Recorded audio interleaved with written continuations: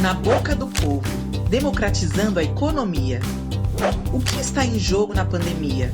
Por que derrubar o teto de gastos e avançar na reforma tributária progressiva? Mais do que nunca, é urgente falar sobre economia. Nas escolas, nas famílias, nas comunidades e em diferentes lugares do país. As decisões econômicas de um governo mexem profundamente com o dia a dia da nossa vida, com a forma como o país está enfrentando a Covid-19 e vai lidar com os efeitos da pandemia nos próximos anos. É bom que se diga, grande parte do apoio que elegeu Bolsonaro veio de setores da elite, que querem que a economia fique do mesmo jeito, tirando o dinheiro do povo e aumentando a riqueza dos mais poderosos. Uma economia que destrói a classe média e aprofunda cada vez mais as desigualdades e afetam terrivelmente as pessoas negras, indígenas, mulheres e as famílias mais pobres. Essa economia da fome, da miséria e do desemprego se chama política econômica de austeridade.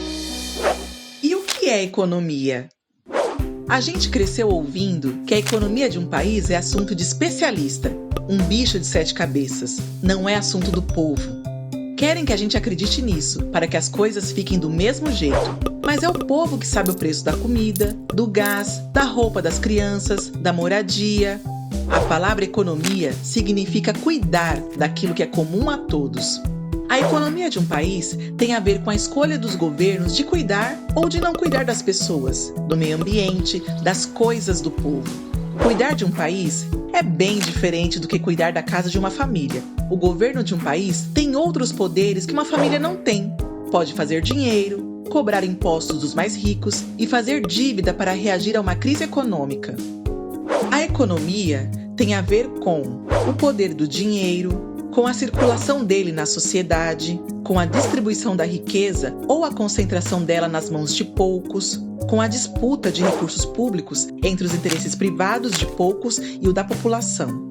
A economia também tem a ver com o acesso à vacina contra a Covid-19 para todo mundo, com o direito humano à educação e o de ter trabalho, com a garantia das condições de vida dignas para as nossas famílias, com a capacidade dos governos de transformar direitos que estão na lei em realidade por meio de políticas públicas. Tudo isso é economia. E o que é uma boa política econômica? Quando queremos saber se a política econômica de um país é boa ou não para a população, temos que fazer algumas perguntas. A serviço de quê e de quem ela está? Quem ganha e quem perde com ela? Essa economia aumenta ou ela diminui as desigualdades? Ela melhora ou piora a situação das mulheres negras, indígenas e do campo? Ela protege ou destrói a natureza? Ela garante ou ataca os direitos humanos do povo? Pense agora no Brasil. Viu? Por tudo isso, podemos dizer que a política econômica brasileira é muito ruim. Ela não está a serviço dos direitos como prevê a Constituição Federal e as normas internacionais. Não há democracia de verdade sem democratizar a economia. E não existe somente um caminho para chegar a uma economia boa para o povo. Como a pandemia está afetando a economia?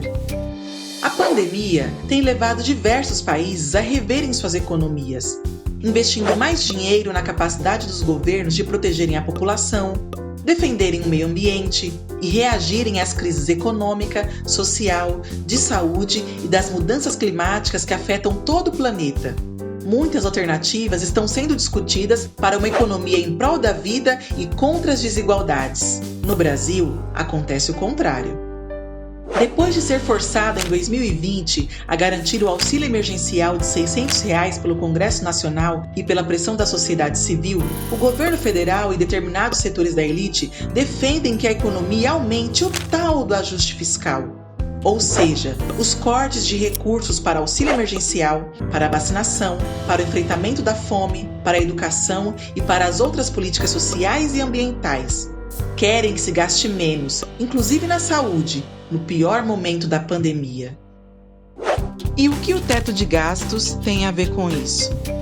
O Brasil já é um dos países mais desiguais e com a medida econômica mais drástica contra os direitos sociais no planeta, a Emenda Constitucional 95, conhecida como Teto de Gastos.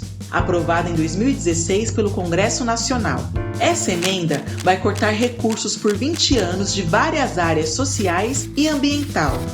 Ao mesmo tempo, essa emenda não estabeleceu limite para a drenagem de recursos públicos pelo sistema financeiro e dos bancos. Segundo especialistas da Organização das Nações Unidas, nenhum país do mundo fez tamanho absurdo.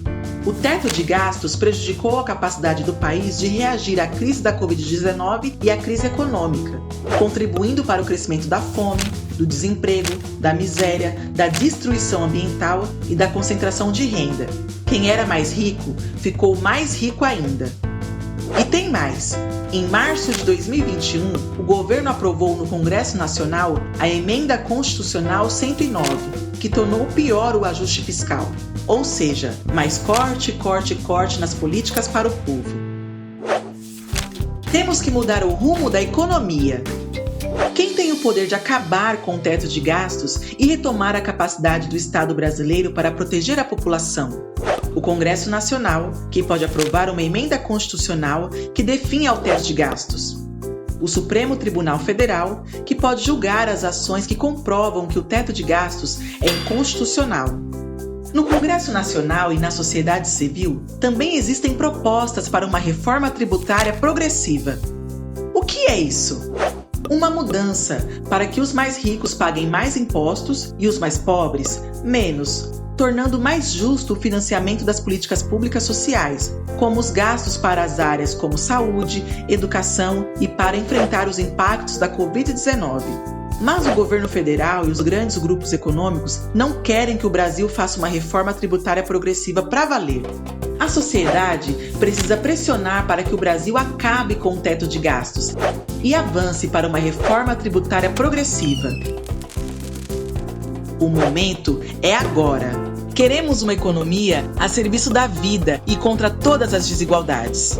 Converse com sua família, vizinhos, amigos e amigas e coletivos sobre isso. Fique ligado. Conheça o site e participe das mobilizações da coalizão Direitos Valem Mais. A hora é agora. Temos que mudar o rumo da economia.